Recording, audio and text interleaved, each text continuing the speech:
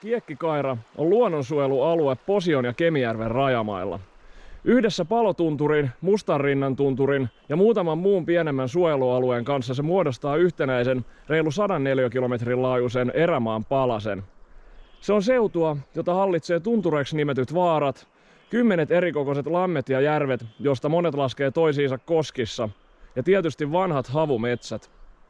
Mä kävin siellä toukokuussa 2026.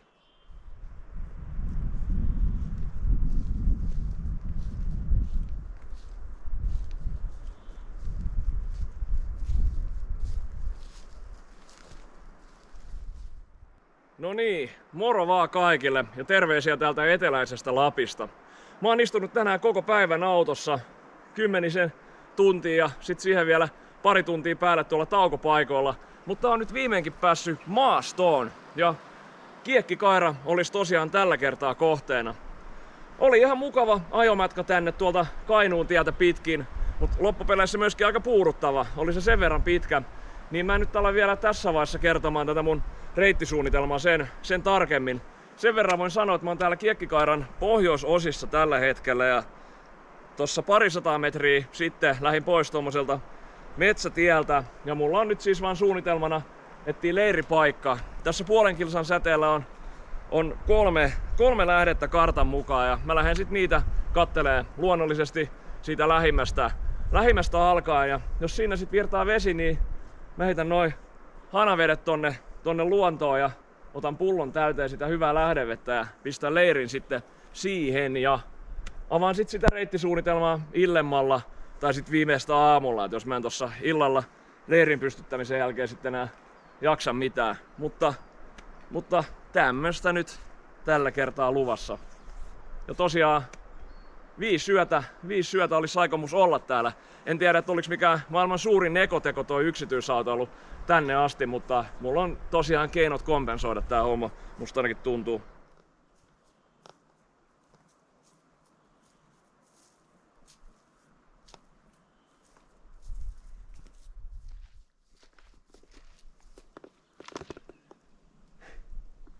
Kyllä se tää taitaa olla järjestyksessä toinen lähde. Eka en löytänyt, enkä oikeastaan etsinytkään kovin paljon. Tuli vähän tänne pidemmälle. Ei tää nyt mikään maailman hulppein lähde oo, mutta ei myöskään epämääräisin puromista on juonut. Enkä me alettiin sitä telttapaikkaa sit. Tähän voisi ehkä leiriytyä. Mä taisin unohtaa tuossa aikaisemmin sanoa, että nyt on siis vasta toukokuun 11. päivää, ja kuten näkyy, niin täällä on aika paljon vielä lunta maassa ja saattaa olla maa vähän märkänäkin välillä.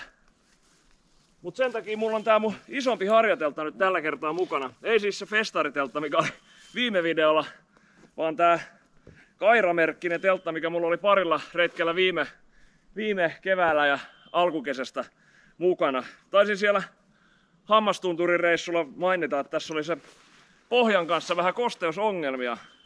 Että se pohja päästi vettä läpi, jos oli laittanut teltan vähän niinku kosteelle maalle.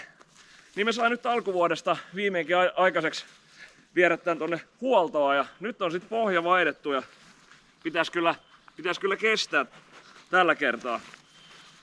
Tää päälitelttahan tässä ei ole mitenkään 100% vesitiivis, mutta jos me vaikka siellä Hammastunturin reissulla silloin kesäkuussa oli jossain ihan läpimärkänä, niin se ei kyllä johtunut tästä pohjasta, vaan siitä, että sillä reissulla sato mun mielestä aika monena päivänä ja aika kovaa. Tällekin reissulla on nyt, tai täksi viikoksi on luvattu aika sateesta, että siinäkin mielessä ihan kiva, että on vähän tämmönen isompi teltta, että voi olla, että tulee pitkiä iltoja ja pitkiä aamui tässä. Mitähän tää nyt laitettiinkaan?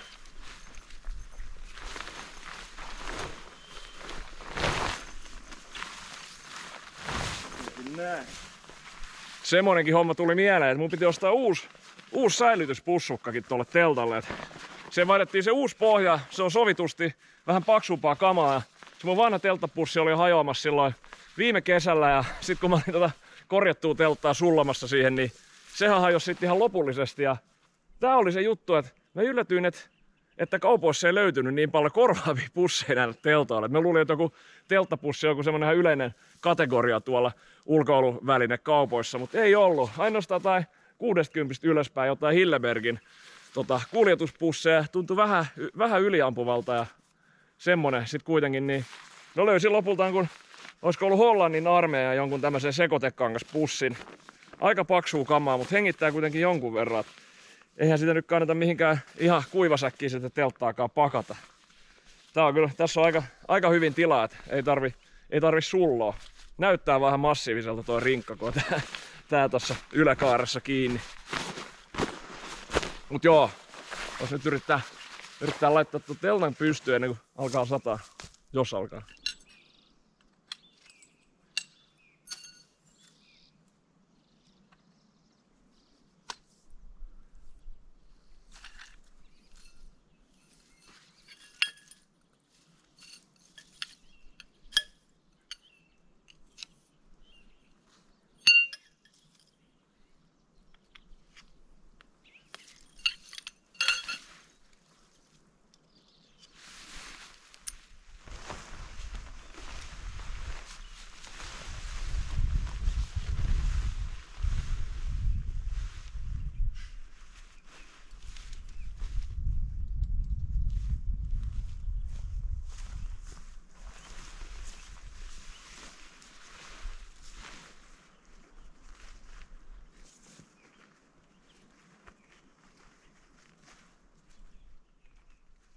Jotenkin sillä lailla. En mä tiedä, onko se nyt ihan täysin suorassa, mutta eikä se kelpaa. Tuntuu, että just alkaa ripottelemaan, niin haen tosta lähteestä vaan vesileiliin vettä ja sitten niin asetun kodiksi.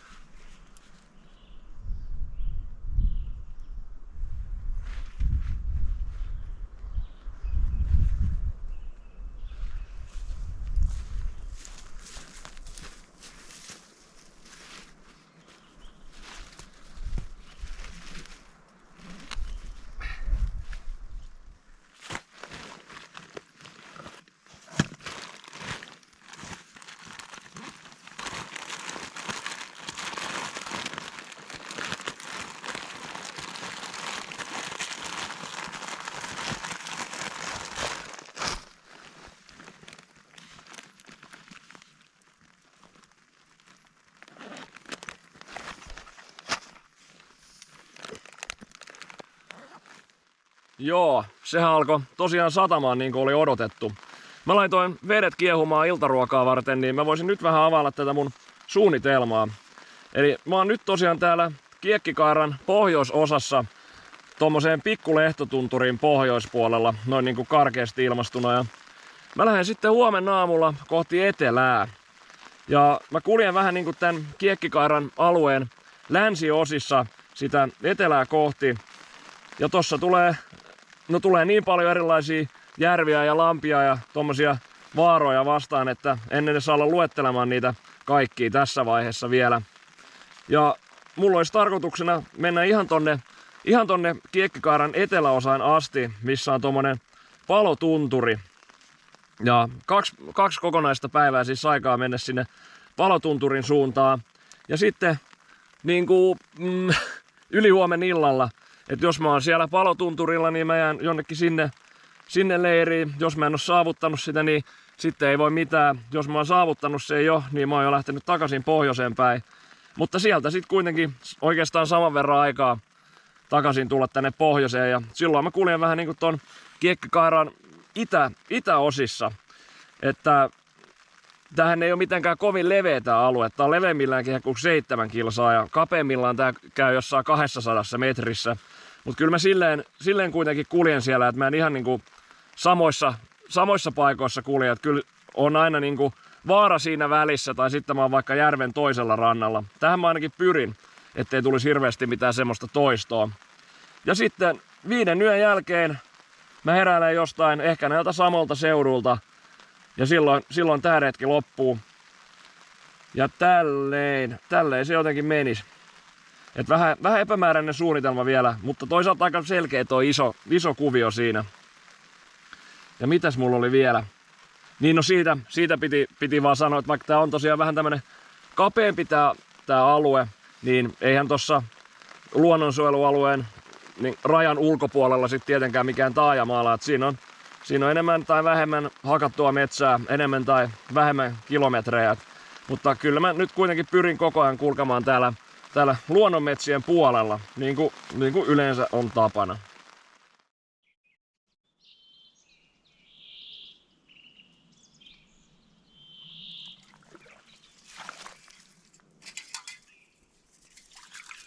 Mä olin jo asennoitunut löhömään koko illan tuolla teltassa, mutta sehän pistikin ihan kiva auringonpaisteen vielä tälle päivälle, niin pitää varmaan kun pikku iltalenkki vielä ihan joku lyhyt kävely tehdä. Mä en nyt ihan tällä sekunnilla muista, että kuinka pitkä päivä täällä on tällä hetkellä. Mutta sen verran pitkä pitäisi olla, että ei tota otsalampua hirveästi tuu tarviimaan. Ei vaan saa antaa ton auringonvalon nyt pitää mua sit liian pitkään hereillä. Et olisi ehkä kohta ihan hyvä, että sais vähän rauhoituttua ja pääsis jotenkin siedettävää aikaan nukkumaankin tänään, mutta täytyy vähän ihastella näitä maisemia kuitenkin.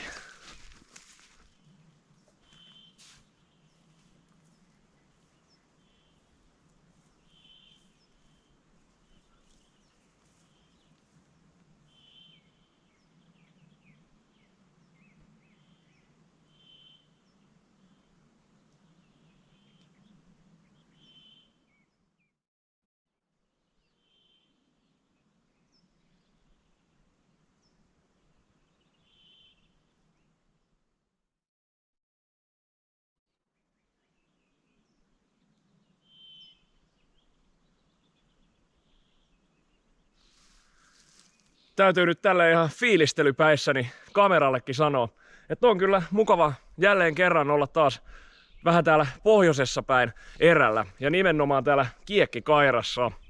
Mä oon miettinyt tätä paikkaa aika monta vuotta. Mä oon päätynyt katsoa maastokarttoja ja ilmakuvia tältä seudulta muiden reissujen suunnittelemisen yhteydessä. Et on vaikka etsinyt jotain kevättalven hiihtoretkikohteita ja sitten ihan myöskin noita pohjoisemman Lapin semmosia kunnon erämaavaelluskohteita, niin joskus on sitten vähän karttanäkymä lipsahtanut tänne vähän etelämmäksi.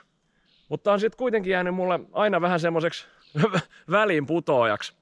Et liian kaukana ja vähän liian iso semmoiselle pidennetyn viikonlopun reissulle, mutta liian pieni myös semmoiselle kunnon Lapin vaellukselle. Ja mulla on siis ollut semmoinen pakkomielle joskus, ja ehkä vähän on vieläkin silleen, että jos nyt kerran Lappiin asti lähtee, niin pitää olla viikko. Mutta mä oon sitten myöhemmin todennut sen, että jos mä menisin tuolla asenteella eteenpäin, niin aika moni mielenkiintoinen paikka jäisi sitten näkemättä. Että jos pitäisi aina se viikko olla ja viikko kulkee yhtä soittoa jossain. Ja ennen pitkään se tulisi kuitenkin se vastaan, että tulisi noi kaikki isot erämaat koluttu läpi. Niin alkaisi siinä vaiheessa joskus vanhuusvuosina sitten varmaan viimeistään etsiä jotain pienempiä kohteita. Ja mukava muutenkin olla täällä päin Suomea yleensäkin. Hallinnollisestihan tää on Lapin maakuntaa, mutta maantieteellisesti voidaan puhua Koillismaasta. Ja mähän en ole täällä Koillismaalla päin oikein muuten ollut eräilemässä, paitsi silloin reilu 2 vuotta sitten siellä Pajupuron suolla. Ja se oli aika lailla eri suunnassa tätä Koillismaata kuin tää Kiekkikaira. Ei muutenkaan ole hirveästi täällä päin Suomea tullut vietettyä aikaa. On kyllä tullut monesti haettua läpi, kun joskus ennen vanhaa käytiin aika monesti tuolla Pyhätunturilla lumilautailemassa, niin sinne oli aina semmoista kova ajaminen tuolta etelästä. Että tuleepa nyt silleen, miten se nyt sanotaan, jotenkin tsekattua joku paikka Suomen kartalta, täytettyä, en mä tiedä miten se sanotaan, mutta ymmärrätte varmaan mitä mä ajan takaa tässä. Mutta nyt mä voisin ehkä vetäytyä tuonne telttaan ja voisin lueskella vähän kirjaa ja toivoa sitten, että pääsis nukkumaankin jossain vaiheessa.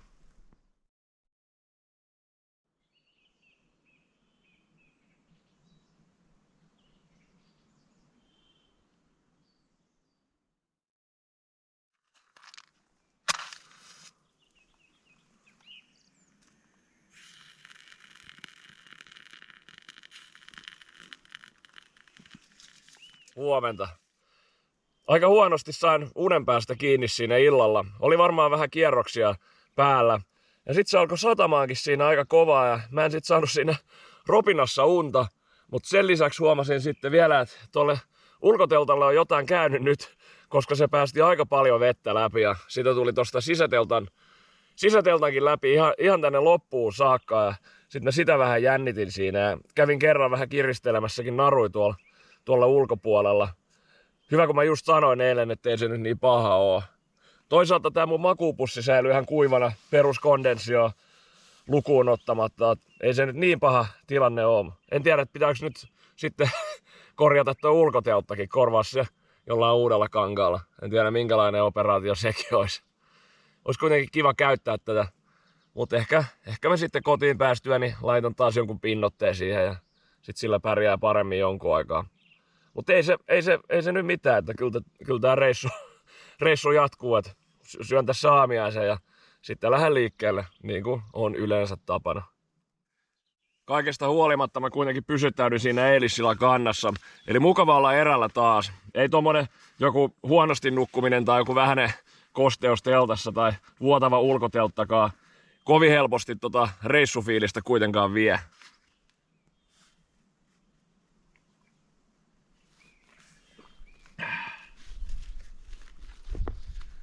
Juu, elikkäs se olisi oikeastaan enää toi teltan paketoiminen ja mä voisin lähteä liikkeelle. Ja no mun täytyy nyt luntata tosta kartasta, että mitä mulla oli oikein suunnitelmissa. Niin, mä lähden tosta ton Pikkulehtotunturin yli tonne etelän suuntaan ja menen tommosen Repotunturin itärinteelle. Ja nää on tosiaan ihan vaaroja nimistään huolimatta ja sieltä Repotunturilta suuntaan sitten tommoselle Lehtojärvelle. Ja sitten Lehtojärveltä matka jatkuu tommosille Pölkkyjärville. Siellä on siis iso Pölkkyjärvi ja pikku Pölkkyjärvi. Ja sen jälkeen sitten tulee tommonen Sunijärvi. Ja musta tuntuu, että on Sunijärven jossain ympäristössä mä voisin alkaa miettiä sitä yöpymishommia. Tossa on kyllä hirveästi kaikkea pikku mutkaa matkassa, että voi olla, että tulee suht pitkä päivä. Taisin unohtaa eilen sanoa siinä, kun selostin tätä reittiä, että tähän ei ole niinku yhteen suuntaan, eli täältä pohjoisesta sinne Palotunturiin. Se matka on ehkä Linnuntietä joku 20 kilometriä. Todellisuudessa sitten tietysti vähän enemmän. Mutta jos ei nyt tule ihan mitään mahdottomia jokien tai soiden ylityksiä, niin pitäisi olla ihan tehtävissä tää homma. Jaha, se alkaa vähän tihkuttaa.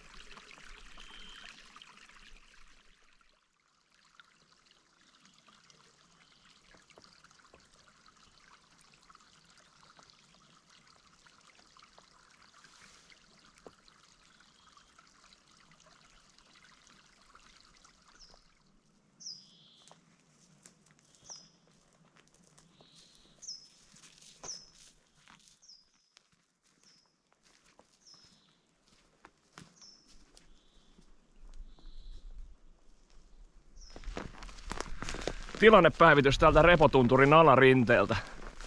Elikkä eteenpäin mennään, mutta tuntuu jotenkin hitaalta tää mun matkanteko. Eikä siis sillä lailla, että jotenkin puuduttaisi tää homma henkisesti, vaan että ihan sillä lailla, että oma sijainti kartalla ei vaan liiku niin ripeästi kuin olin odottanut. Mutta eihän se mitään, että harvemmin semmosista mitä kovin huonoa on seurannut ja monissa tapauksessa päätyykin sit kävelee kuitenkin ihan hirveän matkan siinä päivänä.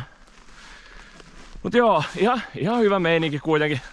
Semmonen kiva tihku ollut melkein koko ajan kyllä päällä. Et jatkuvasti mietin, että pitäisikö nyt ottaa tää Gore-Texi pois päältä. Et vähän hikoinen täällä alla. Et se olisi ihan sama, jos toi paita kastuisi tosta sateesta. En oo tullut vielä mihinkään vakaaseen päätökseen asiasta. Varmaan mietin sitä koko loppupäivä.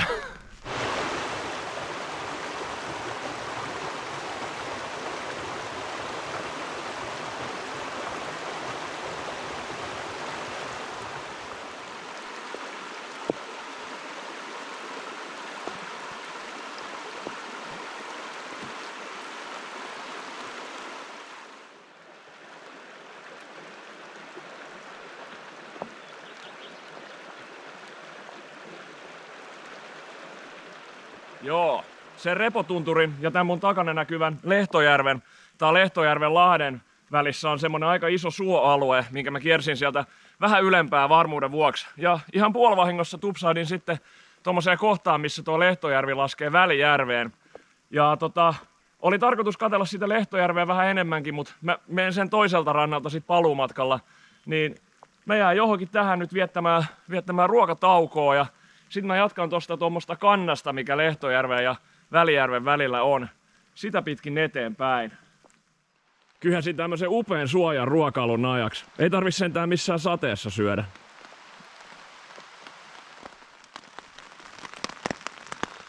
Vaikka tämmönen vesisade ja ankeat safkikset tuohon tuttuu hommaan, niin johon alkaa suunnitelmat muuttumaan, jos niitä on mahdollista muuttaa. Tossa on muutaman kilometrin päässä semmonen poikkipuolisen kota. En tiedä missä kunnossa se on, mutta luultavasti siellä saisi ton teltan kuivaksi ja muutenkin ehkä vietetty ihan semmoisen mukavan illan, jos tää vesisade jatkuu. Kellahan nyt ei ole paljon mitään vielä, mutta tämmönen ajatus nyt tuli. Mun oli tarkoitus mennä sinne kodalle vasta niin sanotusti paluumatkalla, mutta kyllä se nyt vaan pakko myöntää houkuttelee aika paljon.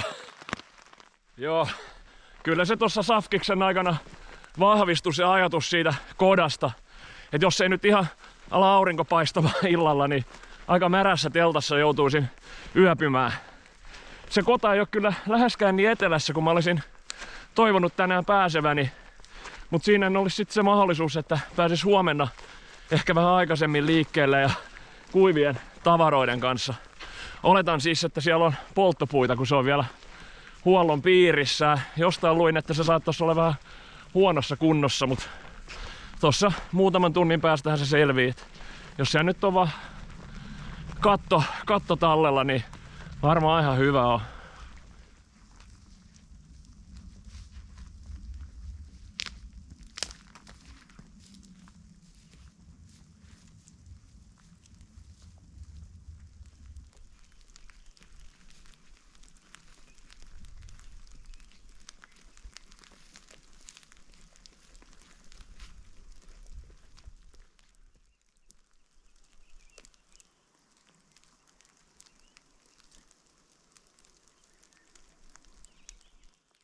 Kuten näkyy, niin täällähän menee myös ihan tämmönen vanha metsätie.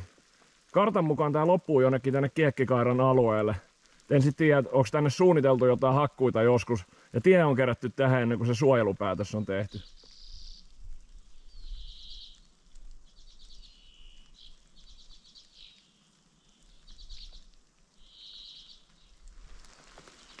Tuolla muutaman 100 metrin päässä on Kolkon tunturi.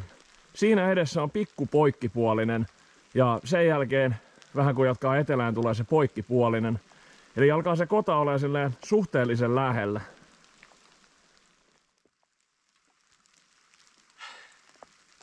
Nyt täytyy kyllä sanoa, että mä oon vähän yllättynyt tai suorastaan pettynyt.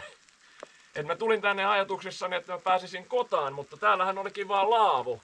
Ihme homma, kun kartalla lukee kota ja mun mielestä netissäkin luki vielä kota. Ehkä mä oon missannut jotain. Muistelen, että mä olisin nähnyt jonkun kuvankin tästä poikkipuolisen kodasta, mutta tämmönen nyt on tilanne.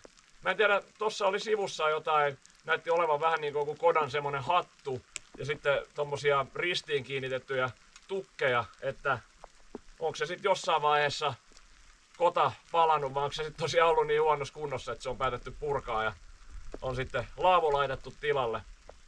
En tiedä, miten tuo teltan kuivatus tässä onnistuu. Tuolla oli kyllä ihan kuivia polttopuita ja tälleen. Kyllä mä itteni saan tähän mukavaksi, mutta pitää nyt vähän miettiä, että miten mä tuon teltan tänne asettelisin, vai onko sen kuivaaminen nyt ihan mahdoton homma. Oi voi. Joo, vieraskirjaa tässä lueskelee ja homma alkaa selviämään. Ainakin tuossa 5 vuotta sitten Eero Tampereelta on mietiskellyt, että on lähtenyt etsimään kotaa ja on löytänyt laavun. Eli sen verran vanha on tää muutos, että kyllä mä oon varmaan jotain sitten missannut. Hetken aikaa mietin, että olisikohan mukavampi vaan jäädä tähän puuvajaan yöksi. Mut kyllä mä ajattelin jotkut tulet siihen laavun eteen tehdä, vaikka vähän sateliski, että jos ei muuta niin spriin avulla.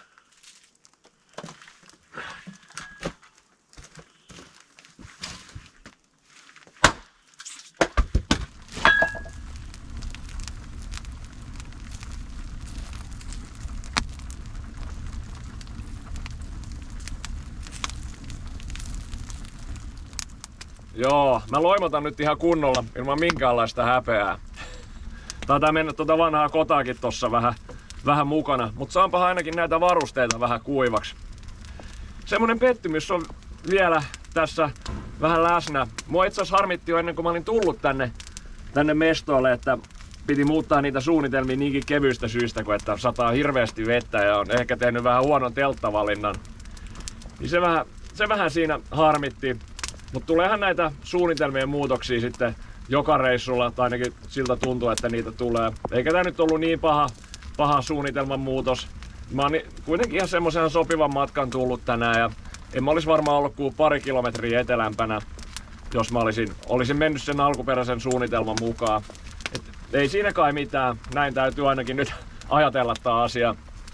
Mitä tuohon telttahommaan tulee, niin toden totta toivon nyt, että mä saisin tän kuivaksi.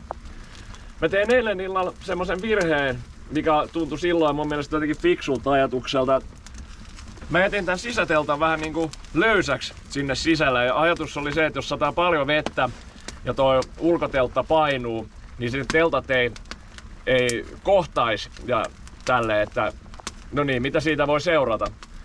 Mutta se oli sitten, tuli se homma siinä, että tää ulkoteltta kuitenkin päästi sitä vettä läpi ja sit mulla oli tuolla sisäteltta löysänä, niin sehän sitten alkoi pussittaa, kun se ripotteli tosta ulkoteltasta vettä siihen sisäteltan päälle, mikä oli löysällä siellä.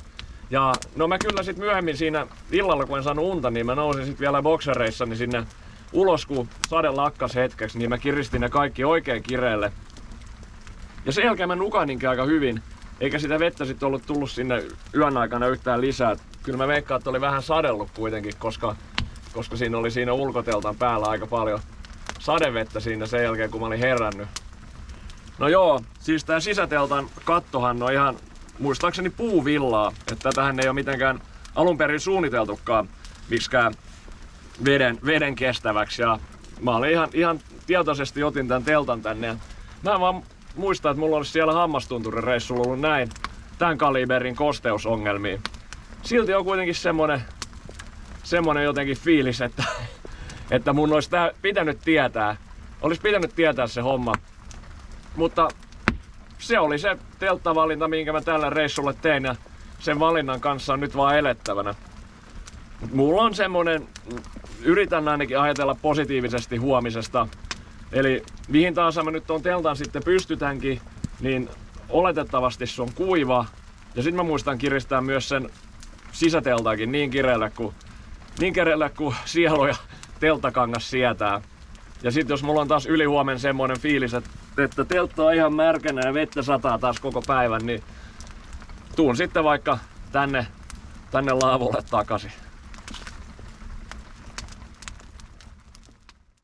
Niin, no kattokaas mitä täältä löytyy.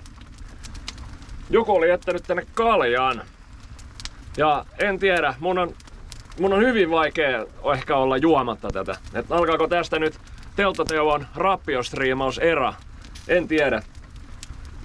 Pahoittelut sille, kuka tän on tänne jättänyt, että eihän näille tänne niinku retkipaikkoihin pitäisi periaatteessa jättää mitään niinku tavaroita. Tämähän on käytännössä roska. Tähän menee jopa ensi vuonna jo vanhaksi. Että niin.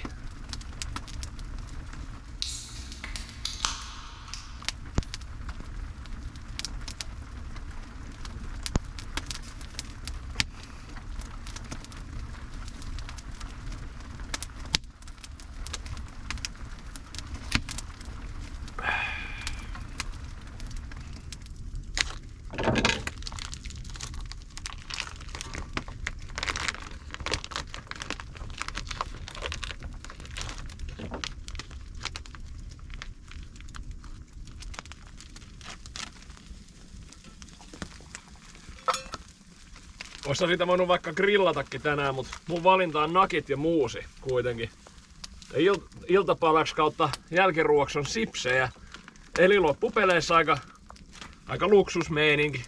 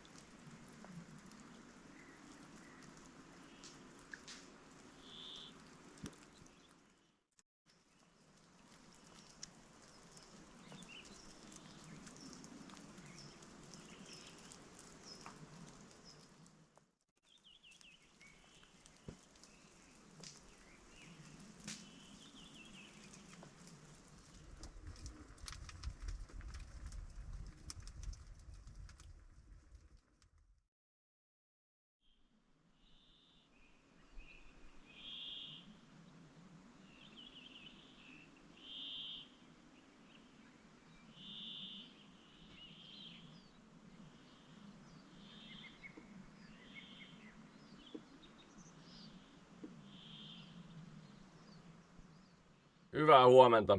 Menehti taas se nukkumaan meneminen. Tai en siis meinannut saada unta. Ja en nyt päässyt aamullakaan niin aikaisin hereille kuin olisin halunnut. Mutta oli ihan kiva yllätys, että pisti tämmöisen aurinkoisen aamun. Et eiköhän ne sateet sieltä vielä tuu, mutta eipähän tarvii lähteä suoraan sateessa liikkeelle tänään. Mä jatkan tänään siis etelään. Mä menen ihan aluksi tommoselle Pikkupölkkyjärvelle. Isopölkkyjärvi jäi nyt välistä sen mun suunnanmuutoksen takia. Ja sitä Pikkupölkkyjärveltä jatkan sitten tommoselle Sunijärvelle. Siinä on kuin Sunitunturi välissä. Ilmeisesti useampi tommonen pienempi vaara. Niiden yhdistelmä. Ja se Sunijärvi oli mulla eilen semmonen, se alkuperäinen kohde, mihin mä olisin mennyt. Et kyllä mä nyt sinne asti tänään ainakin meen, kun ei sinne nyt ole kuin muutama kilsa. Siitä sitten varmaan jatkan vielä etelään. Siinä on Mustanrinnan tunturi ja Mustanrinnan järveä, mitkä mua vähän kiinnostaa.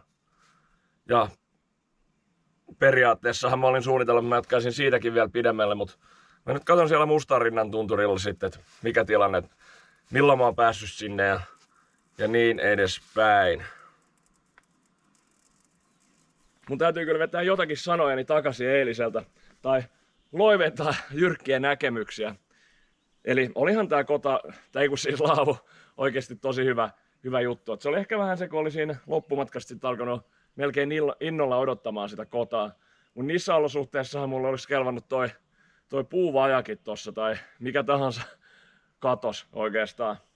Et kyllähän mä sain tässä olla kuivana ja sain noin kamatkin kuivaksi aika lailla. Laitoin nyt tähän varmuudeksi vähän riippumaan vielä. Et ihan hyvä oli. Et jos mulla on nyt sit huomenna, onko se huomenna? Menee päivät ihan sekaisin. Niin, jos mun on huomenna sitten taas se tilanne, että vettä tuntuu satavan koko päivän ja teltta on märkänä jne, niin ei mua sit haittaa tulla takas tähän. Tää on tosi hienolla paikalla kyllä tässä ja ihan kelpaa. Tälleen niin kuin lievästi ilmastunut.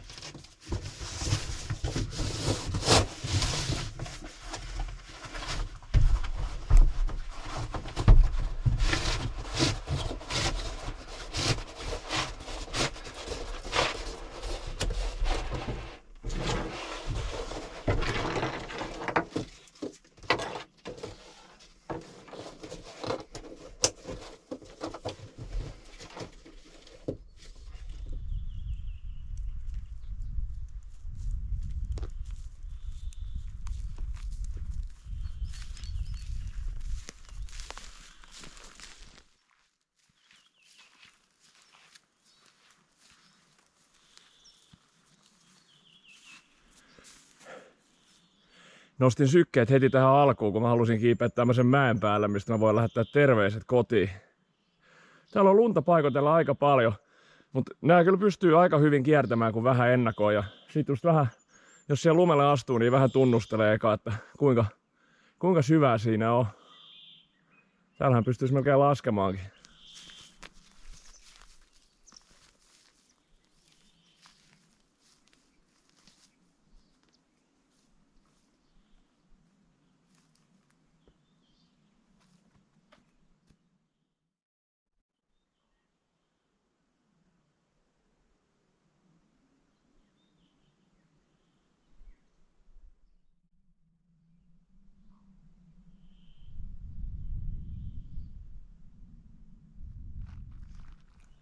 No emme pitkälle päässyt, kun piti jäädä tätä Pikkupölkkyjärveä ihastelemaan. Pikku tauko tässä vaan.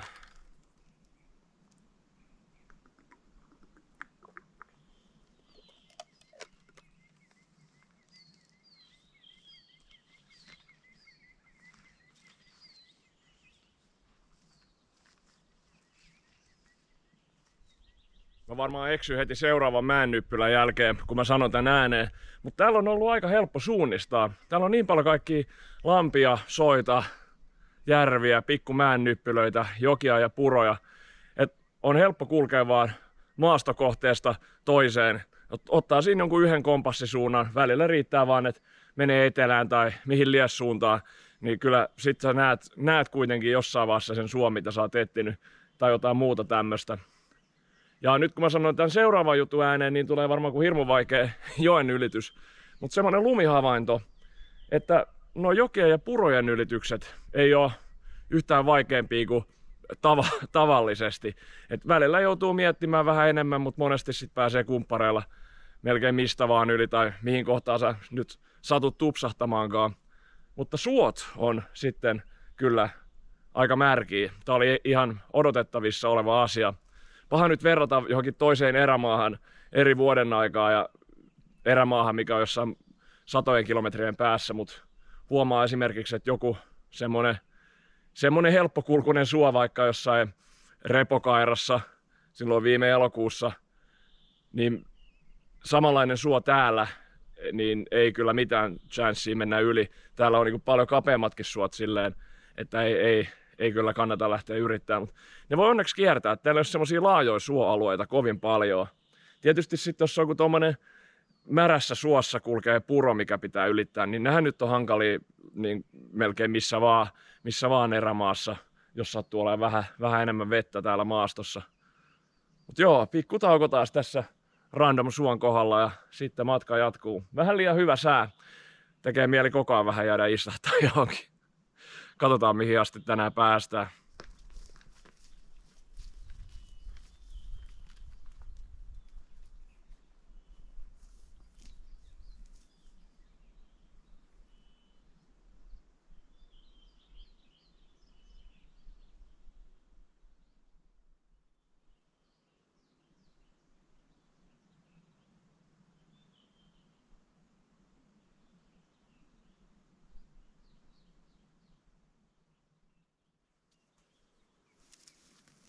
Joo, mä oon nyt täällä Sunijärvellä.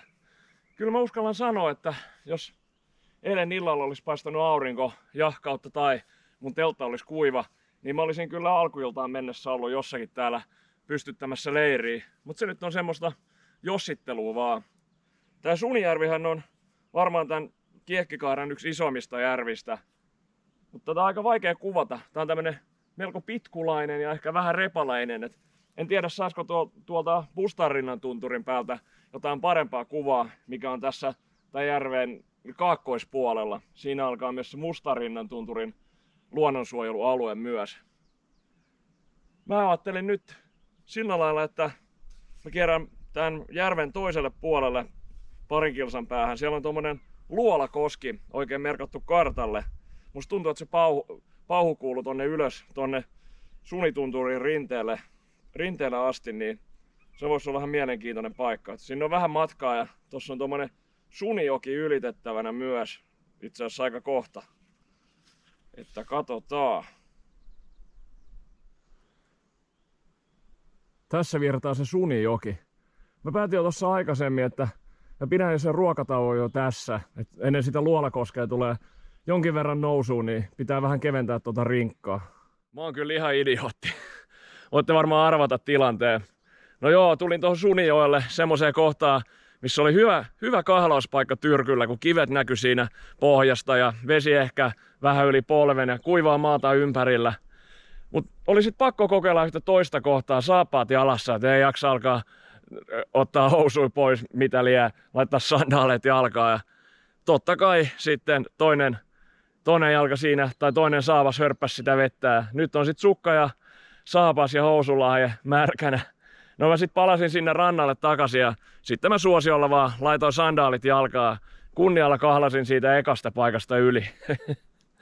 No joo, nyt ruokatauon ajan saa noin sukat ja pohjalliset kuivuut tossa. Joo. Tuli vedettyä pitkän kaavan kautta toi ruokatauko. Elikkä keitin kahvit vielä siihen päälle ja kahvin kanssa söin semmosen suklaisen välipalapatukan. Oli oikein mukavaa ja kerkesi aika hyvin noin tavaratkin kuivahtaa. Ei nyt mitenkään kokonaan, mutta aika hyvin. Enkä nyt edes vaihtanut mitään kuivaa sukkaa jalkaa, kun siinä tosi usein sit käy niin, että sulla onkin sit 2 märkää sukkaa, mistä toinen roikkuu tuossa rinkan selkämyksessä koko loppureissu ajan, ellei ole menossa mihinkään laavulle tai autiotuvalle sitä kuivattamaan. Ja siitä puheen ollen tulee vähän semmonen suunnitelmien muutos, hyvin odotettu suunnitelmien muutos. Taisin mainita siitä palotunturista, mikä on tämän alueen eteläisissä osissa. Et se olisi se mun eteläinen kiintopiste tällä vaelluksella. Mut sinne on vielä niin paljon matkaa, että vaikka mä kerkeisin sinne illaksi, tai siis kerkeisin aika varmasti, niin se menisi tosi hätäiseksi. Ja siellähän olisi siis autiotupa siellä palotunturin päällä. Joku vanha palovartijamaja, mistä on sitten tehty tupa. Ja se voisi olla ihan hieno kohde. Eikä sit tarvitsisi tietysti käyttää mitään telttapaikkaa ja näin. Mutta menisi tosiaan vähän semmoiseksi, ehkä vähän väkinäiseksi. Siinä matkalla on kyllä jotain paikkoja, jotka on nimetty kankaiksi. Että en tiedä, että missaaks mä nyt sit jotain tosi hienoja paikkoja. Mutta sit jos se on hirmu kiireistä ja alkaa väsyttää, niin semmosistakaan paikoista ehkä osaa täysin nauttia. Niin mä menen nyt katsomaan tuota Luolakoskea ja sitten mä suuntaan siitä tonne Mustanrinnan tunturin. Tai mähän oon jo nyt siellä Mustanrinnan tunturin lähettyvillä, mutta suuntaan siitä sitten johonkin mielenkiintoiseen näköiseen paikkaan. Ehkä Mustanrinnan järvelle tai jonnekin sinne päin. No niin, mä oon päässyt tänne Sunijärven eteläpuolelle. Tuolla pohjoispuolella näkyy toi Sunitunturi. Kartalta se näytti, että se olisi vaan kokoelma semmosia erikokoisia pieniä vaaroja. Mut kyllähän tuolla nyt tommonen yksi selkeä huippu näyttäisi oleva.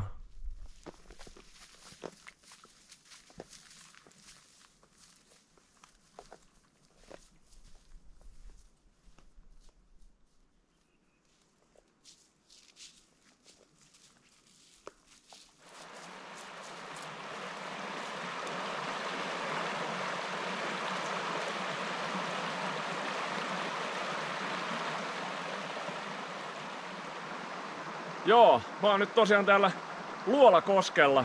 Ja ensinnäkin on kyllä hieno pikku koski, mutta olin mä vähän yllättynyt, kun tää oli ihan kartalle kuitenkin merkattu tää koski. Ja mä ajattelin, että olisi vähän joku isompi putous. Mutta kyllähän tääkin kelpaa. Ihan hieno paikka. Tässä siis tuo Luolajärvi laskee Sunijärveen. Ja tää on Sunijärven itäpuoliskolta, kun tänne päin lähtee, niin tää on vähän niinku tämmöisessä niemekkeessä. Mä pidän tässä pienen tauon ja lähden sitten sinne Mustanrinnan järven suuntaan oletettavasti.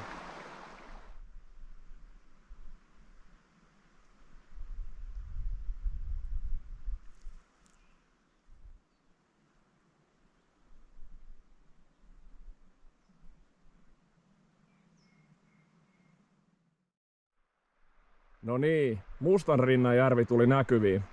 Tässä oli kartalla semmosia ihan lupaavan näköisiä kallioita, mistä mä luulin, että voisin nähdä koko järven, mutta kuten näkyy, niin siinä on vähän puita edessä. Toi on siis semmonen pitkänmallinen järvi, kulkee Kaakosta Luoteeseen ja olisiko siellä pituuttaa kuin ehkä kilometri. Mä ajattelin kulkea tonne itäpäätyyn etsiä leiripaikkaa. Sinne ei varmaan aamuaurinko paistaa, jos on yleensäkään paistaakseen. Mutta siitä on sit hyvä jatkaa huomenna pohjoiseen. Ja sit kun mä oon siellä järven päädyssä, niin voi sit tarvittaessa vaihtaa sitä järven puolta. Nyt mä varmaan manaan tämän asian sillä lailla, että tää ei tule tapahtuu, mutta on monesti huomannut silleen, että jonkun järven toisella rannalla saattaa olla vaikka jotain märkää ja epätasasta kuusikkoa, ja sitten toisella rannalla semmoista kuivempaa mäntykangasta tai jotain tämmöstä. Mutta sinnepä suuntaan nyt, ja kello tulee 5:30, eli ihan hyvä aikaa saa sen leirinkin sinne sitten laitettua, jos se paikka vaan löytyy.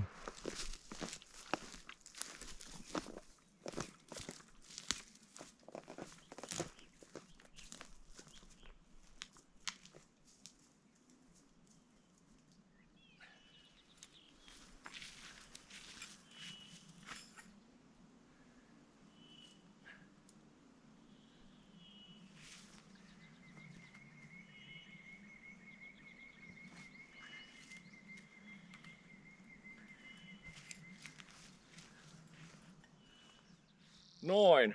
Mustanrinnan tunturin leiri on nyt perustettu. Ei meidän oikein löytyy semmoista tasasta ja tarpeeksi leveätä paikkaa tälle mun vuotavalle lukaalille, mutta tässä tää nyt ois.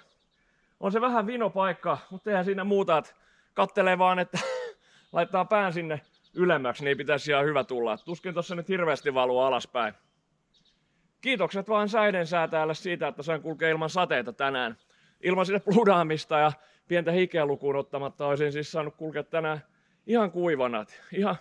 Ihan mukava päivä on ollut, mutta kyllähän tää nyt meni aika pitkäksi. Kello on nyt 7 ja mä lähdin siinä joskus 9 jälkeen liikkeelle. Meni kyllä varmaan tunti tässä leirin kyhäämisessä.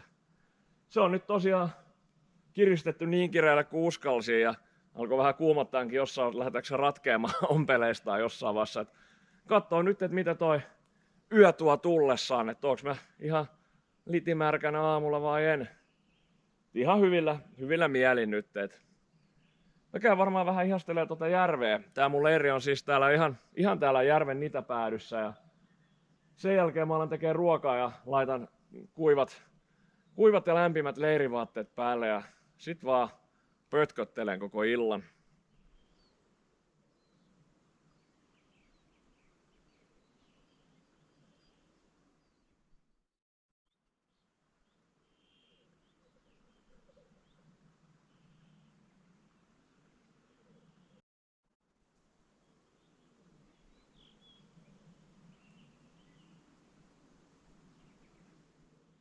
Mä en tiedä, että onko se jotain iän ja perheellistymisen mukanaan tuomaa mukavuuden halua ja turvallisuuden tunteen semmoista kasvanutta arvostamista yhdistettynä väsymykseen, mutta mulla tuppaa nykyään aina vaelluksilla aikaisemmassa vaiheessa päivää iskemään semmoinen tarve leiriytyä.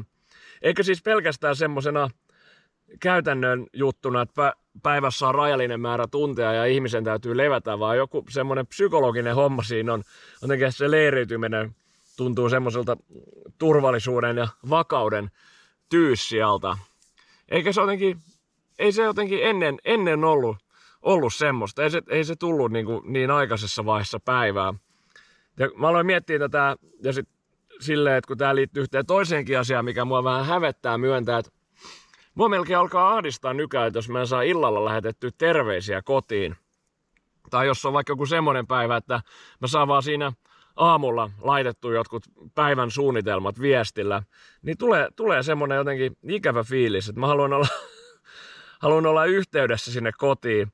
Etenkin nyt, kun mun poika on oppinut kyselemään isänsä perään ja hän osaa sanallisesti ilmaista sen, jos hän on pistänyt merkille, että isä on nyt jossain muualla menossa, niin en mä tiedä. Sydänhän tässä särkyy, kun alkaa miettiä tämmöisiä juttuja, mutta ei se tosiaan ollut ennen tämmöistä. Että mä olin paljon nihilistisempi joskus, että riitti sille, että lähetti kerran päivässä jonkun tekstarin tonne etelään, että jos ei muualta sit niinku yhteyttä saanut, niin jonkun kukkulan päältä riitti ihan hyvin. Ja sit saattoi olla, että vielä illalla joskus kylmettyneenä ja märissä tavaroissa huiputti jotain tuntureita silleen siinä vaiheessa, missä nykyisin on leiriytymässä jo, ellei ole jo etsimässä semmoista mukavaa asentoa, missä lukee kirjaa, niin on se kyllä muuttunut. Ja joku miettii varmaan nyt, joku kovis varmaan miettii nyt, että kun on nössöily, että keskittyisi vaan siihen patikoimiseen, mutta tämmöisiä juttuja tulee mietittyä aika paljon. En tiedä, oliko näissä mitään järkeä. Mutta tästähän päästäänkin aasinsillalla yhteen toiseen asiaan, mistä mä olin jo entuudestaan ajatellut puhua tällä videolla. Eli se syy, minkä takia mä oon niin aikaisin tänä vuonna täällä pohjoisessa, on ihan siis se, että me ollaan saamassa perheen lisäystä tossa kesällä. Et meidän esikoisesta, niin nyt voi sanoa, että meidän esikoisesta on siis tulossa isoveli pienelle tytölle. Ja meillä on siitä tosi hyvä fiilis kaikin puolin. Ja ollaan aika monta nimeä käyty läpi, tai karkeasti ilmastuna ollaan karsittu nimilistalta pois nimiä. Ja mun loma jatkuu nyt muun muassa niissä merkeissä, että mä laitan meidän kämppää vähän uuteen järjestykseen tätä tulevaa elämäntilannetta varten. Ja tälleen. Ja mähän nyt aion sitten olla kesällä siinä ihan lähimaisemissa päivystämässä, että vaikka ei olekaan mitään kohonnutta riskiä ennenaikaiselle synnytykselle, vai miten se nyt lääketieteellisesti ilmastaisi kunnolla, niin mä haluan kuitenkin olla siinä niin kuin valmiina sitten lähtöön, kun sen aika tulee. Ja sitten siinä on vielä se, että mä voin vaan yrittää kuvitella, että minkälaista on kantaa semmoista pientä ihmisen alkuun, semmoiset 9 kuukautta tuossa mahassa tuossa edessä. Minkälainen duuni siinäkin on. Sitten kun jaloissa vielä pyörii semmoinen 2-vuotias pikkuriiviö, ihana pikkuriiviö, niin no ei mun varmaan nyt tarvii rautalangasta hirveästi enempää vääntää sitä, että minkä takia mä haluan olla tuossa kesällä kotona. Ennen sitä vauvan saapumista olisi myös tarkoitus saada opinnäytettyä siihen vaiheeseen, että ei sit tarvi syksyllä univajassa muuta kuin tehdä loppuhiomisia ja seminaariesitys. Ja näähän nyt on teille katsojille ehkä vähän ikäviä uutisia, koska tämähän tarkoittaa sitä, että mulla ei ole nyt tämän videon jälkeen hetken tulossa mitään videoa. Ainakaan mitään pidempää vaellusvideota, ja voi olla, että siinä menee aika pitkäkin aika, kunnes seuraava video NS-eetteriin tulee. Mä tiedän, että tulee olemaan aika kiireisiä aikoja tuolla kotona tässä lähitulevaisuudessa. Mutta eihän mulla ole ainakaan omasta mielestäni ollut ikinä mikään kovin tiivis videoiden julkaisutahti, ainakin verrattuna johonkin toisiin erätubettajiin. Eikä siinä mitään, jos on kova tahti, mutta mä en ainakaan itse koe silleen tarpeellisessa kuitenkaan jatkossa alkaa kuvailemaan mitään videoita, kun mä oon jollain kahvinkeittoretkellä jossain lähimetsässä. Ihan vain, että mua ei unohdettaisi tai että tulisi lisää katsojia.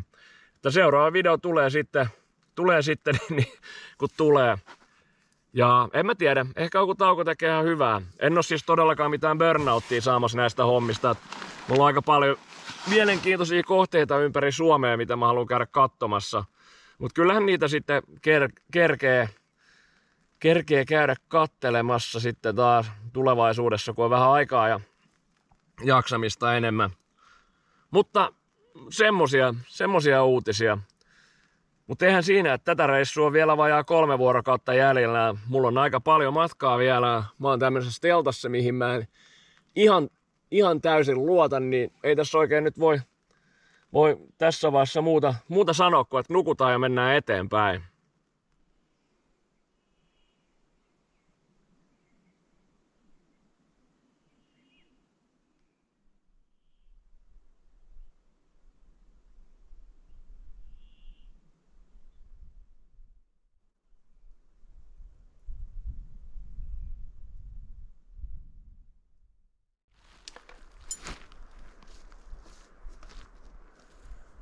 Huomenta päivää.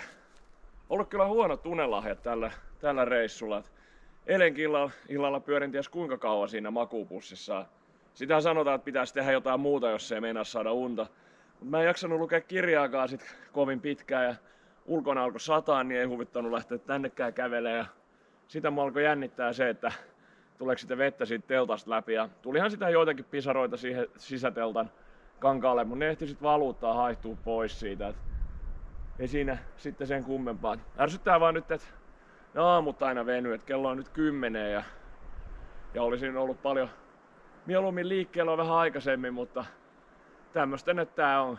Moneskoon kerta toi on, kun mä sanoin, että tämmöstä tää nyt on. Joo, mä lähden tänään sitten tonne pohjoisen suuntaan. Mä menen tästä aluksi vähän niinku taaksepäin sitä mun eilistä reittiä tohon Mustanrinnan tunturille. Sehän ei siis oo mikään oikea tunturi tosiaan. Niin kuin ei taida oikein mikään näistä tuntureista täällä olla. Mutta siinä on monta semmoista huippua ja mä olin eilen näkevinäni sieltä Sunitunturin suunnalta, että siinä olisi joku kallio mahdollisesti, mistä avautuisi näkymä sinne Sunijärvelle ja ehkä tonne pohjoiseen sinne Kiekkikairan ydinalueelle.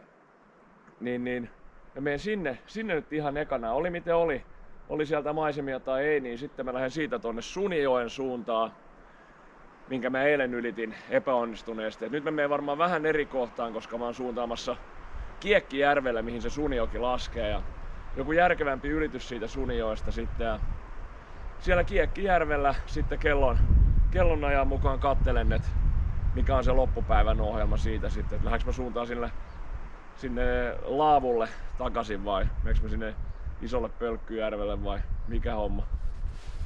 Tää pohja on tässä teltassa ainoa osa mihin mä luotan, niin mä käärin nää kaikki muut tänne pohjan sisään. Jos tulee joku kaatosade, niin ja se tulee tosta Rinkan sadesuoksesta läpi, niin ainakin teltta pitäisi pysyä kuivana sit.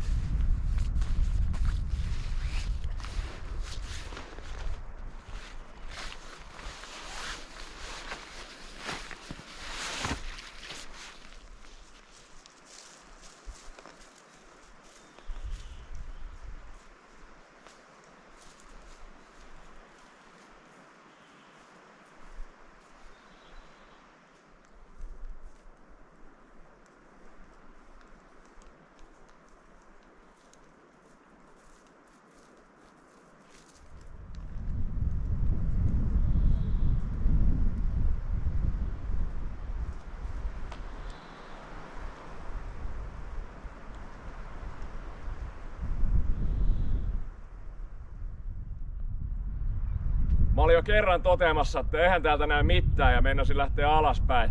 Mutta se olikin vaan yksi toinen huippu muiden huippujen keskellä. Ei täältäkään nyt mitenkään kovin paljon näe, mutta ihan silleen, että en tullut turhaa tänne. Pidän täällä pienen tauon.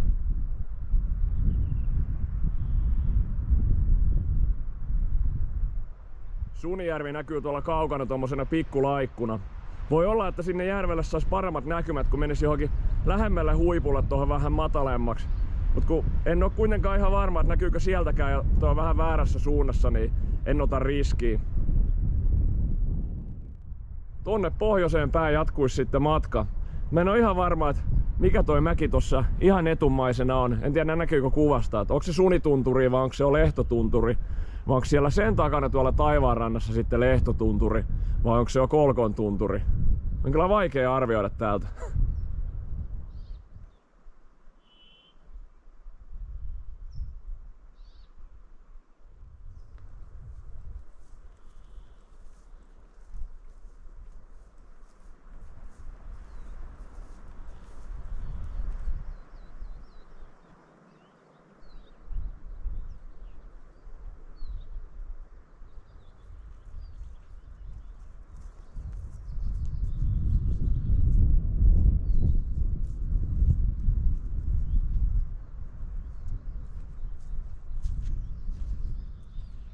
No niin, mä oon täällä Sunijoella. Mä en tiedä oliko se joku alitajuntainen juttu vai nuo maastonmuodot, mitkä ohjas mut tänne tämmöiseen kohtaan, missä tää joki kartan mukaan haarautuu kahteen osaan. Ja vaikka se ei tossa mun printtikartassa näy, niin sit mä muistinkin, että mä olin tossa keväämällä nettikarttaa zoomailu, varmaan ylityspaikkojen toivossa. Olin zoomailut pitkin tätä jokea ja pistin merkille, että täällä oli tämmönen kohta, missä oli piirretty viiva tän joen yli. Ja ilmeisesti se viiva on toi valli tossa oikealla. Mikähän tän tarina on?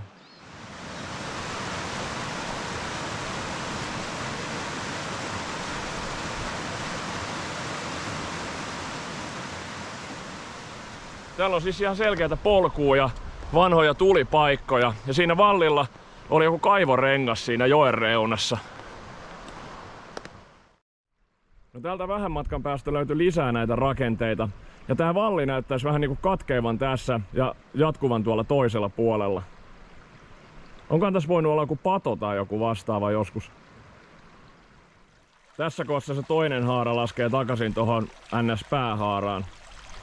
En tiedä, olisiko tässä voinut olla joku allas. Tai ilman tota männikköä voisin kyllä hyvin kuvitella, jos tässä on oikeasti joku pato ollut. Mutta en tosiaankaan tiedä. Tulin kuulkaas tosta yli, saappaat jalassa ja sukat kuivana. Mies on voittanut luonnon jälleen kerran. Semmonen homma vaan, että se on pistänyt pari pientä tihkua tässä kun mä oon ollut Sunijoen kulmilla. Ja mulla tuli heti semmonen ajatus, että kyllä se nyt täytyy sinne laavulle mennä tänään. Mut katsotaan nyt vielä. Ihan mielenkiintoinen paikka kyllä. Vaikka mäkin jaksan olla vähän välein jauhomassa noista luonnonmetsistä ja luonnontilaisista erämaista, niin kyllä mua kiinnostaa silti kaikki tämmöiset vanhat rauniot tai jotkut vanhat kämpät ja mitä näitä nyt on.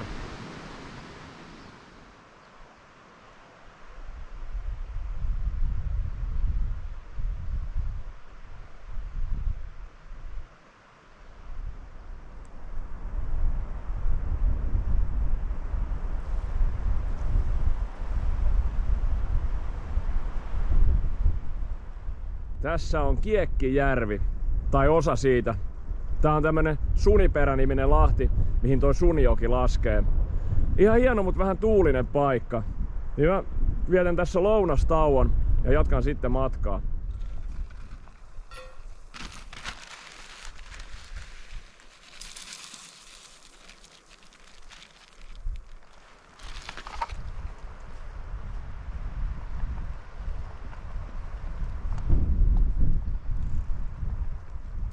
Voi voi.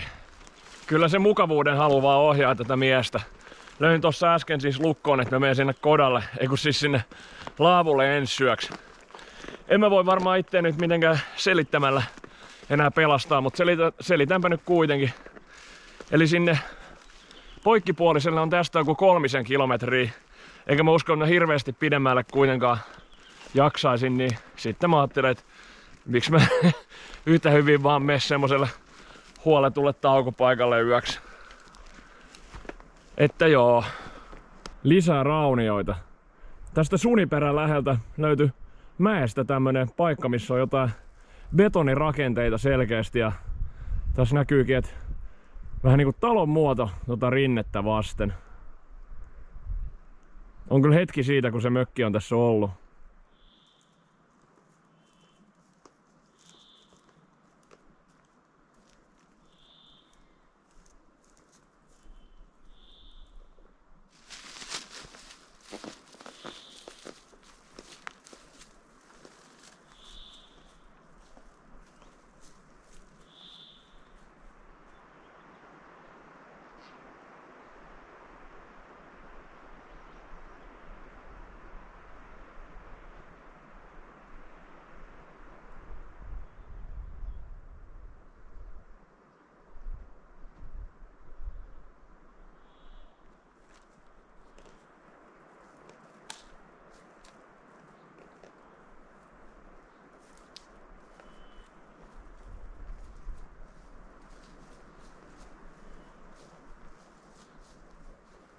Aikamoista sokkeloa tää Sunijoen pohjoispuolinen alue.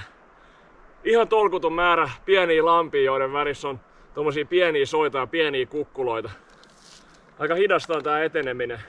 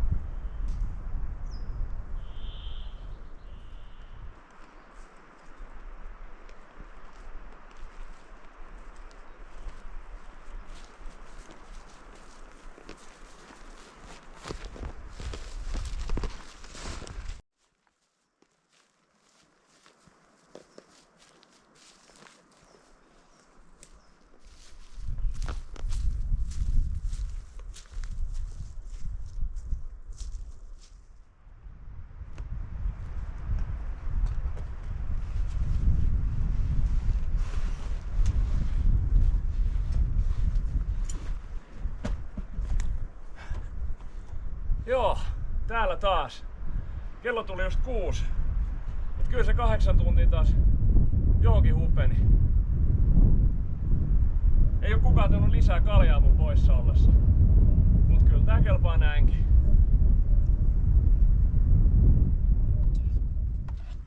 Uskomatonta kyllä, mut se alkoi sataa melkein heti kun mä pääsin tähän laavulle.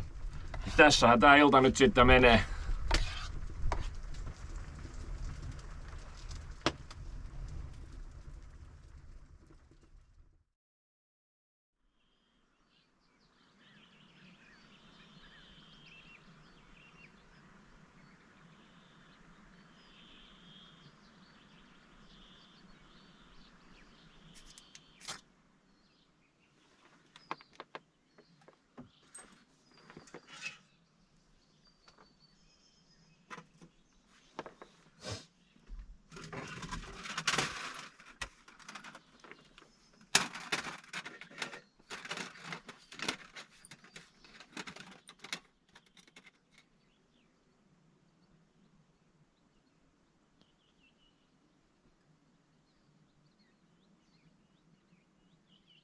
No niin, huomenta vaan.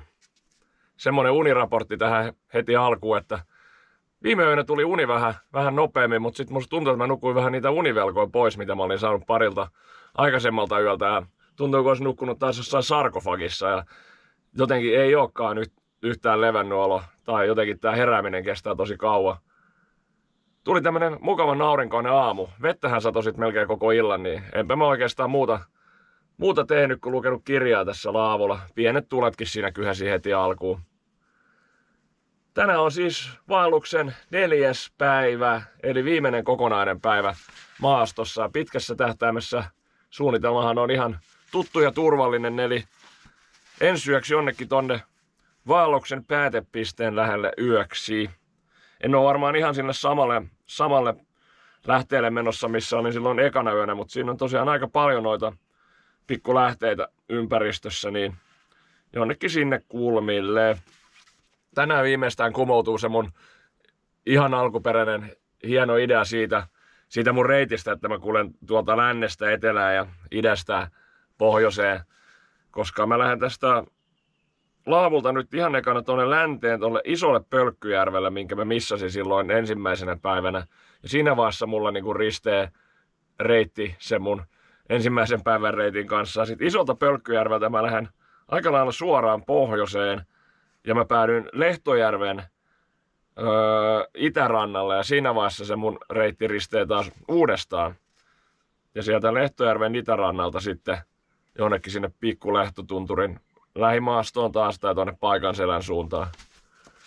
Kahvit tästä hörpitään. Kello on 20:09. Ehkä sitä olisi joskus puoli kymmenen liikkeellä, jos tässä silleen antaa itselleen vähän armoakin.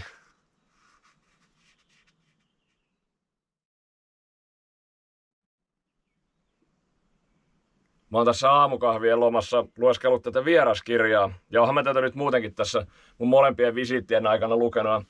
Täällä on kyllä ihan kaiken näköistä settiä. Tää on jännä vieraskirja, että tää ulottuu tonne jonnekin Ysärin alkuun asti.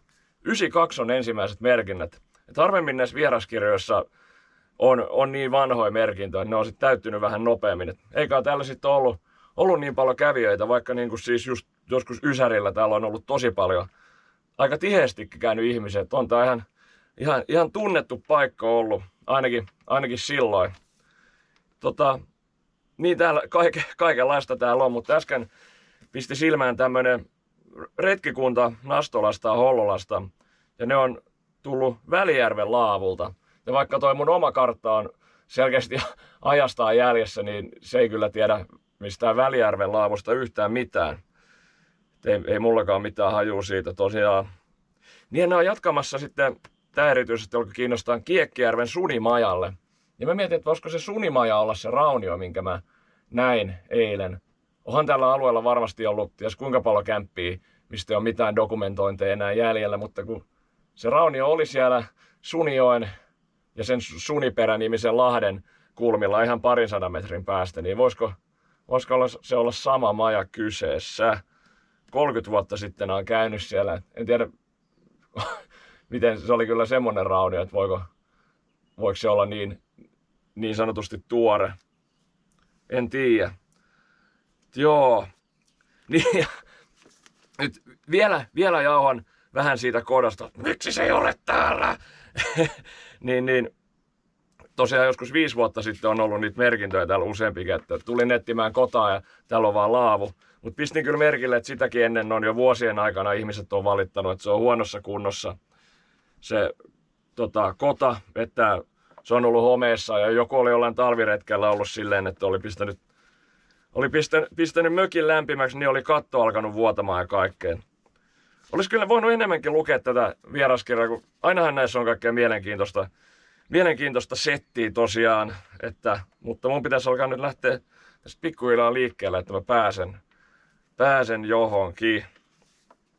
Mutta kyllä se on hyvä jättää näihin aina jotain merkintöjä jostain kelistä tai jos huomaat jotain puuttuu tai jotain mielenkiintoisia juttuja. On täällä kyllä semmoistakin painokelvotonta kamaa. On kyllä, tai siis onhan tänne siis kirjoitettu, mutta semmoisia juttuja, mitä en nyt lähde tässä videolla nyt ääneen toistelemaan. Että...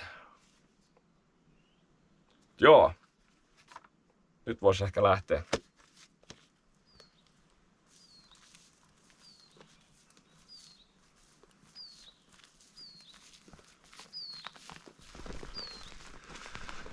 Tänään on telttateuvo tosiaan kovan paikan edessä, kun se joutuu nukkumaan teltassa. Ai. Mullahan on muuten huominen, eli lähtöaamu on vähän poikkeuksellinen moniin mun muihin reissuihin nähden. Kun yleensähän mun pitää lähteä aina joskus kukonlauluaikaa jo liikkeelle, että mä kerkeen bussiin tai taksiin tai sit jos mä oon autolla, että kerkeen alkuillaksi saunaan kotiin tai jotain tämmöstä. Mut mä oon huomenillalla ajamassa auton yöjunaan tuolla Kemijärvellä ja sinne ajaa sieltä paikan selältä ehkä kuin tunni. Niin riittää siinä aamulla, että ihan rauhassa heräilee ja ei haittaa vaikka joutuu vähän käveleekin tai ainakin kerkee.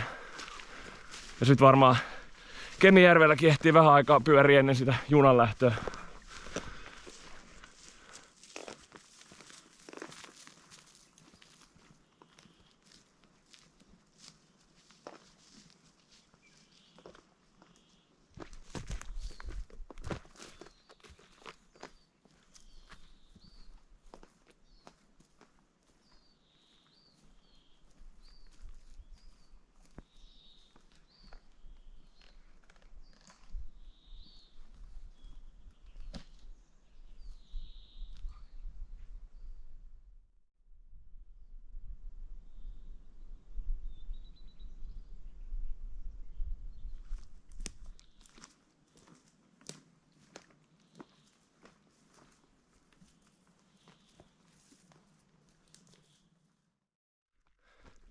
On kyllä taas niin peruskuviot. Mä luulin, että tää tapahtuu vaan semmosilla pidemmillä vaelluksilla, mutta ilmeisesti tämmöisillä lyhkäisemmilläkin reissulla. Eli oli tossa parina päivänä semmonen fiilis, että tää on kyllä ihan syvältä tää koko homma. Että oli nukkunut huonosti ja olosuhteet oli vähän huonot. Tiedättekö te, tämmönen fiilis oli vaan päällä siinä useammassakin kohdassa. Mut nyt heti kun on yhden yön nukkunut vähän paremmin ja aurinko paistaa ja saa aloittaa tän päivän tämmöisellä ihan mukavalla välillä. Ja sitten on toi paluumatkakin vähän niinku alkanut jo ja kaikkea tämmöstä. Niin johon alkaa hymyilyttämään ja muistuu mieleen se vaellusharrastuksen mielekkyyskin, että tämähän on ihan mukavaa hommaa vaan. Voi olla, että välillä täytyy olla vähän silleen raataa ja olla alamaissa, että pääsee näihin kunnon tunnetiloihin, minkä takia tänne yleensä lähdetäänkään. Ennen tuossa reissua silmäilin kotona Kullervo Kemppisen jotain kirjaa. En muista mikä niistä. Mulla on muutama hyllyssä. Ja siinä esipuheessa se puhuu siitä, että kuinka häneltäkin silloin joskus kyseltiin, että miksi viettää lomaa jossain tuolla Kairassa tai Korvessa. Kun voisi olla jossain mökillä viettämässä semmoista oikeasti mukavaa aikaa. Mut silti se on aina lähettävä vaan, vaikka tietää, että se tulee olemaan just sellaista. Samassa esipuheessa puhuu myös siitä, että jotkut on niin rasittavia, että ensinnäkin ne puhuu koko ajan siitä Lapista ja siitä vaellushommasta, mutta jotkut menee niin pitkälle, että ne kirjoittaa jopa kirjoja vaelluksista. Mä en nyt todellakaan vertaa itteeni Kullervo Kemppiseen tai mitään tämmöistä, mutta hyvin samaistuttavia ajatuksia. Kemppisen kirjathan keskittyy enemmän tonne pohjoisempaan Lappiin, että en tiedä kävikö hän ikinä täällä Kiekkikairassa, mutta joo, kyllä ymmärrän mitä hän siinä esipuheessaan meinasi.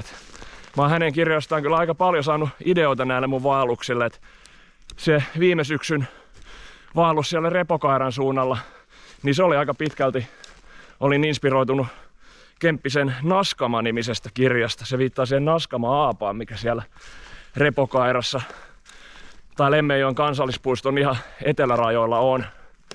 Se on ihan hyvä kirja. Se on kyllä semmonen talvivaelluskirja, mutta tosi hieno tarina. Ja Oon mä tainnut sen muutaman kerran lukea tässä parin vuoden aikana.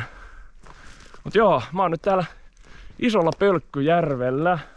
Hyvältä näyttää. Mä ajattelin, että jonkun kivan taukopaikan tästä, missä saisi jonkun hyvän näkymän tähän järvelle. Tää on kyllä vähän repaleinen, että en mä saa taaskaan koko järveä yhteen kuvaan.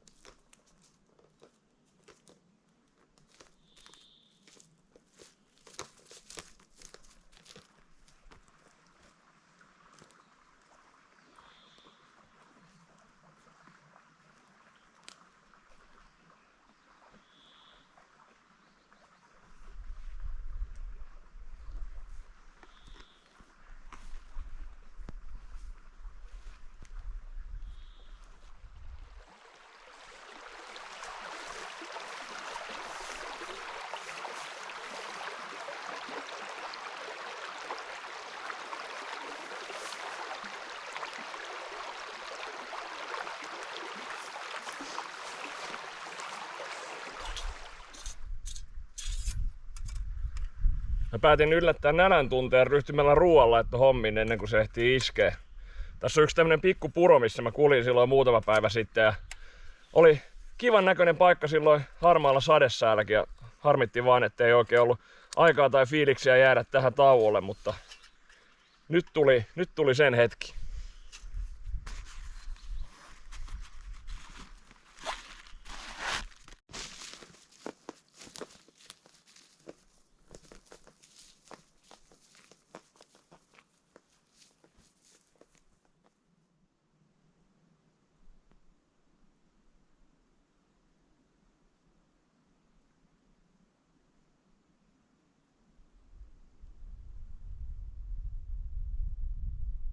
Tässä on sitä Lehtojärveä, jota mä silloin sateisena päivänä kattelin tuolta toiselta rannalta.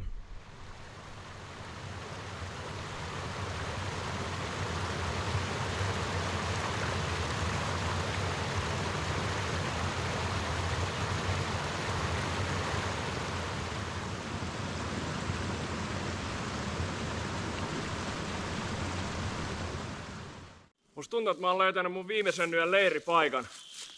Tää saattaa näyttää vähän tutulta joidenkin silmiin. Ja se ei ole mikään ihme, koska tää on sama paikka, missä mä olin ekana yönä. Tunnistin tän siitä monen muun seikan lisäksi, että täällä löytyi tää Rinkan tukisauva. Joo, mä kävin tuossa matkalla. Mä olisin muodon vuoksi halunnut siis mennä johonkin muualle leiriytyä. Niin mä kävin 3 lähdettä läpi, mitkä oli kartalle merkattua. Eka oli semmonen kuivahtaneen suon perässä, ei mitään merkkiäkään vedestä. Sitten oli 2 semmoista kunnon pohjatonta onkaloa, missä kyllä tosiaan vettä oli, mutta ei siellä mitään näyttänyt niinku pulppuuvan esiin. Ja oli vähän semmosia pelottavan lisäksi myös vähän epämääräisen näköisiä. Niin sitten mä tulin tänne yhdelle lähteelle, minkä mä tiesin olevan toimintakunnossa. Ja muistin, että tää mun leiripaikka on jossain tässä niin lähteeltä vähän tätä rinnettä ylöspäin. Niin mä jään sitten tähän, kun tässä nyt oli tämmönen tasainen paikka. Kyllä mä niitä silloin ekana iltana etin aika paljon tästä. En tiedä, olisiko sitten ne pohjattomat onkalot ollut just semmosia kunnon oikeita lähteitä, mistä saa tää taikavoimia tai pimeyden voimia, kun siitä kauhoisi sitä vettä kunnolla. Mutta mä en nyt halua ottaa sitä riskiä. Mä en tiedä, onhan noita ennenkin käynyt, että yrittää etsiä lähdettä ja sitten ei löydä mitään sieltä. Tai sitten löytyy just joku lätäkkö vaan. Mä en tiedä, miten ne laittaa niitä kartalle. Onko se vaan ilmakuvien mukaan vai joku tarkastamassa sit maastossa, että onko ne oikeita lähteitä. Se olisi kyllä ihan hyvä homma. Mut joo, mä alan laittaa telttaa tähän.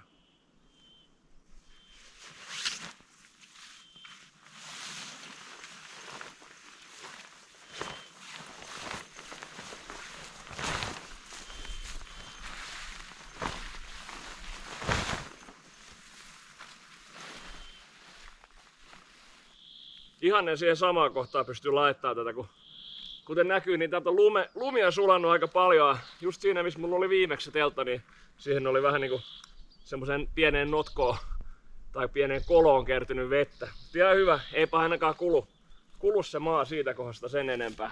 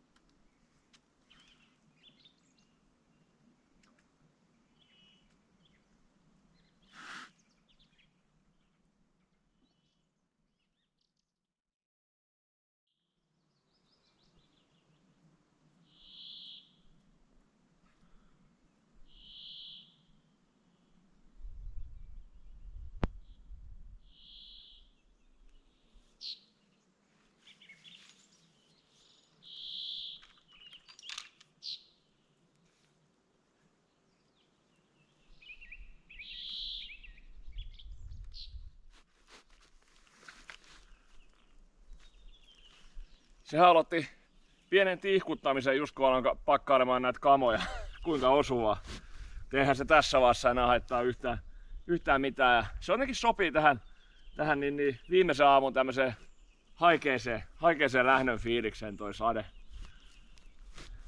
Antaa tulla vaan.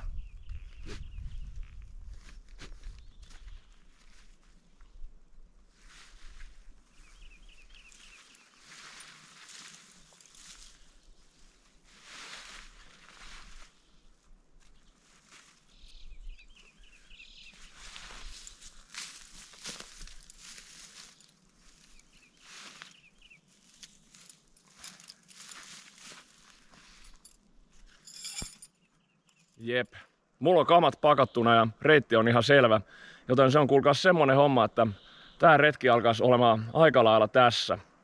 Oli kyllä tosi hienoa maisemaa täällä Kiekkikaarassa, ihan niin kuin olin odottanutkin. Tosi monipuolista maastoa ja yksityiskohtaista, että voisin hyvin kuvitella, että tekisi useammankin reissun tänne ja aina löytäisi jotain uusia siistejä paikkoja. Maasto oli jotenkin yllättävän raskasta kulkea, että en tosiaankaan sit kävely läheskään niin paljon kuin olin suunnitellut, mutta eipä se mitään. Tuli kuitenkin, ei ollut semmosia toimettomia hetkiä missään vaiheessa, että ihan täydet päiväthän mä kävelin ja niin poispäin. Tuosta monipuolisuudesta, tai maaston monipuolisuudesta tuli mieleen, että ei ollut hirveästi semmosia pätkiä, että mä olisin voinut vaikka kompassin suuntaa seuraamalla kävellä 2 kilometriä suoraan jonkun kuivan mäntykankaan läpi tai jonkun laakeen vaaran yli. Mutta toisaalta jos semmosia taipaleita kulkee tarpeeksi, niin sitten nimenomaan alkaa kaipaa vähän niitä yksityiskohtia, ellei jopa haasteita siihen hommaan. Se oli kyllä, se yksityiskohtaisuus oli tuossa suunnistamisessa tavallaan aika hyvä. Kun oli tosi monesti semmosia tilanteita just, että mä oon jossain lammella ja lammen itäpuolella on kukkula, jonka takana on suo.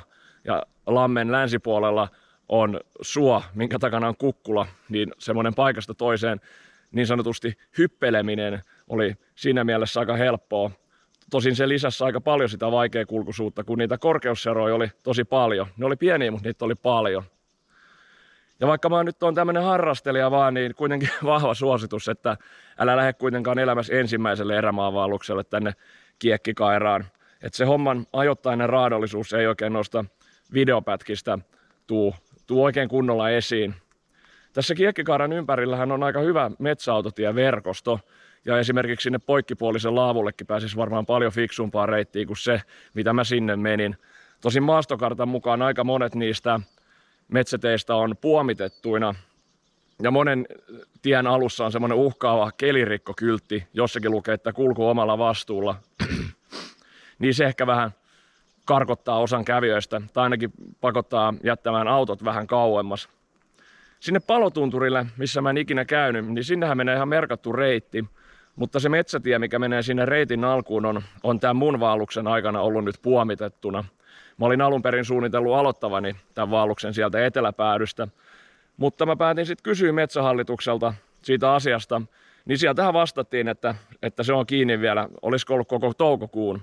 Et kiitos siitä vastauksesta, että toivottavasti teiltä nyt ei hirveästi enempää leikata, kun meinaa jo ennestään kaikki kodat ja tuvat homeentua täällä purkukuntaiseksi asti. Tai siis ihan ympäri Lappia. Ja 5 päivää oli ihan sopiva aika oikeastaan. Mä ennen tätä retkeä mietin, että onko se vähän liikaa, että jääkö mun liikaa loppuaikaa, mutta ihan hyvinhän se aika tosiaan kului. Sitä mä mietin, että jos se olisi ollut vaikka 2 vuorokautta enemmän, niin olisin ehkä käynyt siellä Palotunturilla. Tai sitten olisin viettänyt vaikka eilen jonkun todella löysän päivän. Tai sitten tehnyt jotain pistoreissua vaikka sieltä laavulta käsin. Mutta ei se nyt tää oli ihan sopiva, kuten taisin tuossa ainakin kerran jo sanoa. Ja oli tosiaankin siisti päästä käymään täällä Kiekkikaarassa, kun mä oon tätä vuosia kartoilta katsellut, eikä just täällä päin Suomea hirveästi eränkäyntiä harrastanut, niin tuli tosiaan semmonen uusi paikka kartalta jälleen kerran, niin kuin joka vaelluksella. Mutta ymmärtän, että mitä meinaan. Että jollekin stadilaisille sehän voi olla sillä lailla, että täällä Lappi on yhtä ja samaa isoa erämaata, että sä katsot Suomen karttaa, niin nämä on kaikki vierekkäin siellä. Mutta onhan tämä Kiekkikaarakin, jos tätä nyt voi erämaaksi laskea tämän pienen koon vuoksi, niin onhan tämäkin tosi paljon etelämpänä kuin nuo isot niin sanotut viralliset erämaat. Että on kyllä tosi siistiä, että tämmöinen on näinkin etelään vielä säästynyt näin yhtenäisenä ja luonnontilaisena. No sehän oli yksi niistä syistä, minkä takia tämä on mua niin paljon kiinnostanut. Joo, olikohan mulla mitään sitten vielä? Ei kai. Mut mä en tosiaan tiedä, että milloin seuraava video tulee. Mä oon sanonut näin joskus ennenkin, ja mulla on lähes aina ollut kuitenkin suht selvänä joku visio, milloin mä tuun menemään. Mutta tällä kertaa ei oikeasti ole mitään aavistusta. Mä oon sanonut näin joskus ennenkin kyllä, tämänkin jutun, ja silloinkin se piti paikkaansa ja pitää paikkansa tällä kertaa. Eli sen lisäksi, että mä toivotan hyvää kesää, niin pitää varmaan toivottaa varmuuden vuoksi hyvää syksyäkin kaikille. Kiva, kun jaksoit katsoa tänne asti. Se on moro.